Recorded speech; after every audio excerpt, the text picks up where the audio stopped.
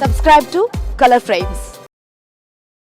Harare వేదికగా జరిగిన మూడో టీ20లో భారత్ 23 పరుగుల తేడాతో జింబాబ్వేపై విజయం సాధించింది. దీంతో 5 మ్యాచ్ల సిరీస్లో శుభ్మన్ గిల్ సారథ్యంలోని టీమిండియా 2-1తో ఆధిక్యంలో నిలిచింది. తొలుత బ్యాటింగ్ చేసిన భారత్ 4 వికెట్లకు 182 పరుగులు చేసింది.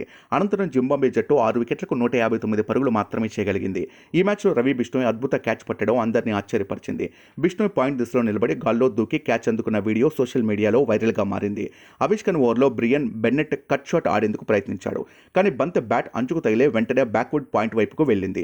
రవి బిష్ణోయ్ వెంటనే గాల్లోకి దూకి బంతిని పట్టుకున్నాడు. బిష్ణోయ్ ఫీల్డింగ్ చూసి బ్రియాన్ బెన్నెట్ తో పాటు భారత ఆటగాళ్లు కూడా ఆశ్చర్యపోయారు. ఈ మ్యాచ్ లో టాస్ గెలిచిన టీమిండియా కెప్టెన్ శుభ్మన్ గిల్ ముందుగా బ్యాటింగ్ ఎంచుకున్నాడు. తొలుత బ్యాటింగ్ దిగిన టీమిండియా 4 వికెట్లకు 182 పరుగులు చేసింది. భారత్ తరపున కెప్టెన్ శుభ్మన్ గిల్ అత్యధిక ఇన్నింగ్స్ ఆడి 66 పరుగులు చేశాడు. రుతురాజ్ గైక్వాడ్ 49 పరుగులు చేయగా యశస్వి జైస్వాల్ 36 పరుగులు చేశారు.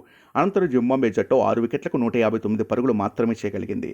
జింబాబ్వే తరపున డియోన్ మయర్స్ 65 పరుగులు చేసి నాటౌట్గా నిలిచాడు. కాగా క్లైవ్ మదాండే 37 పరుగులు చేశాడు. భారత్ తరపున వాషింగ్టన్ సుందర్ 3 వికెట్లు తీశాడు. అవిష్కన్ 2, ఖలీల్ అహ్మద్ 1 వికెట్ పడగొట్టాడు. వీడియో మీకు నచ్చినట్లయితే ప్లీజ్ లైక్ చేయండి, షేర్ చేయండి, కామెంట్ చేయండి.